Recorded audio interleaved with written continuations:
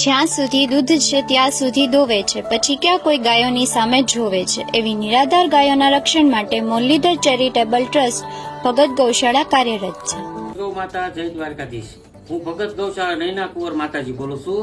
તારીખ 11/5/2024 ના રોજ ભવ્ય લોક ડાયરો રાખેલ છે.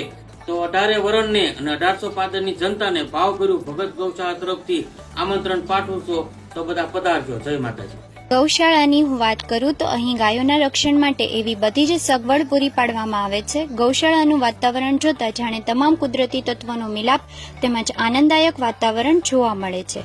ગૌશાળા સંભાળનાર મિત્રો હરરોજ ગાયોના ખોરાક, પાણી તેમજ તંદુરસ્તીની સાર સંભાળ લે છે.